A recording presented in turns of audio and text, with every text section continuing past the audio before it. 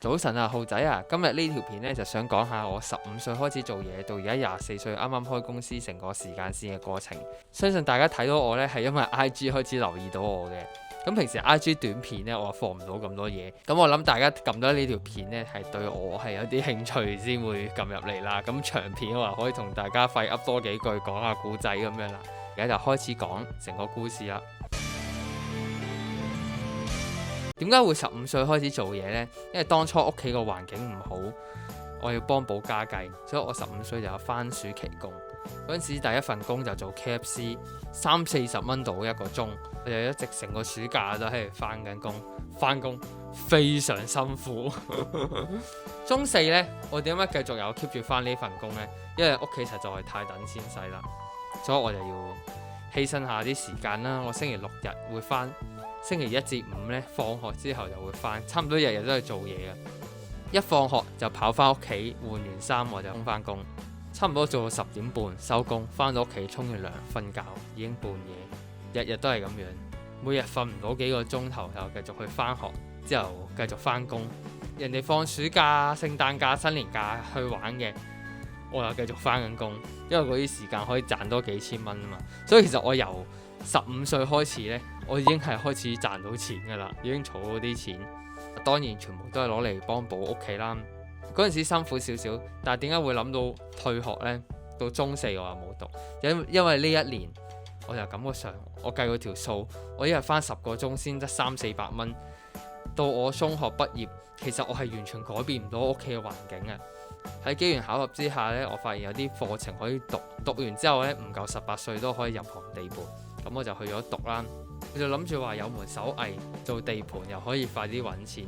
咁的確地盤呢係比其他工種人工係略高嘅，所以我冇諗咁多。我讀到中四我退咗學。其實嗰陣時呢，我係好唔捨得我啲同學，但係都冇辦法，要揾錢係要有啲取捨。嗰段期間陸續我都有做飲食嘅，其實都飲食都做咗幾年，甚至我之後返緊地盤嗰陣時呢，我都係有返飲食嘅 part time， 夜晚嗰陣時同埋送外賣。咁開頭我哋屋企係住緊爛屋，如果睇過之前啲片，大家都可以發現漏晒水啊咁樣。點解要咁急住改善屋企嘅環境呢？就係真係簡單嚟講，等錢使。所以我係比較搏命，咁樣搏命咗幾年啦。呢度可以講下點解我到後期係會想置業，因為浩仔呢，由細到大係冇自己間房嘅，我一係瞓廳，一係同屋企人瞓，導致我覺得係需要同我屋企人每人有一人間房，想俾好啲嘅環境大家啦。所以見到係阿妹係有自己間房嘅。如果15歲出嚟做嘢，飲食係第一個篇章，咁浩仔嘅第二個篇章呢，就係由入職做地盤開始。之前啲片都有講過，咁我第一返地盤我已經話哇，咁樣嘅，咁辛苦嘅，我仲以為自己捱唔到，但係呢，我又捱到喎。因為開頭入行呢，淨係曬都中暑啊，好辛苦啊。但係其實我做過飲食咁耐，嗰啲都捱到，我咪唔得啊。咁我又捱咗幾年做地盤啦。開頭由入職700蚊一日，到之後到師傅人工，其實都經歷咗幾年。但係以前呢，係有汗出有糧出㗎嘛，同埋人工都 OK 喎。咁我叫總算叫做儲咗啲錢。如果大家睇到我第一條片呢，就係嗰條22歲買樓啊嘛。咁其實我嗰陣時做咗7年嘢㗎啦，已經由15歲到22歲。喺我角度呢，勉強儲個首期，因為大家知我唔使錢㗎嘛。我基本上啲錢我全部攞去儲嘅，或者用到好爛我都仲用緊。其實仲要係居屋，儲咗個居屋首期。都叫做合理嘅，我自己覺得，但我冇諗過條片反應咁熱烈喎，咁都多謝大家支持啦。即係大家見到我而家做緊嘢拍片，即係所謂嘅叫 KOL 啊，咩都好。之前拍片呢就係玩玩下，而家呢基本上就全職拍緊片同埋做生意嘅。咁呢度之後再講。咁拍片1年以嚟呢，叫做衝咗13萬 follow 同埋。係真係多人支持嘅，咁大家睇到我故事真係非常感激，呢度真係要再次感激大家。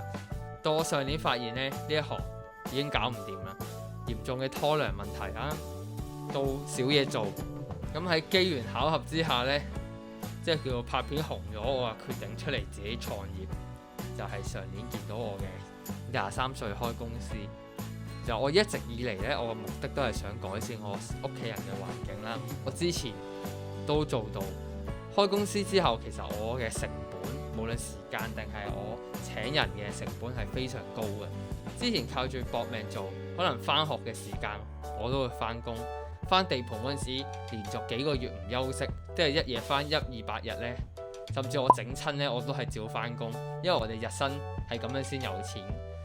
叫我搏命揾到啲錢，到今年相信今年 keep 住繼續努力呢，我一定可以完成到我改善我屋企人生活嘅呢個目標啦。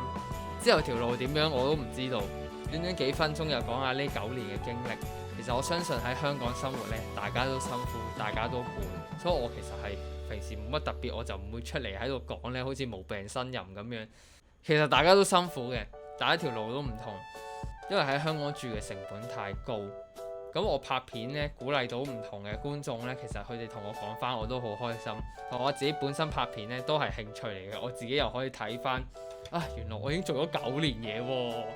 咁樣我又雖然我得24歲，做咗咁多年嘢，個心都老晒啊！大家明唔明啊？點都好啦，繼續努力，成為火影沒有捷徑。如果上年係火影年嘅話，今年就係疾風傳。最後希望大家分享呢條片 like 同埋 share， 我會拍更加多嘅片俾大家睇。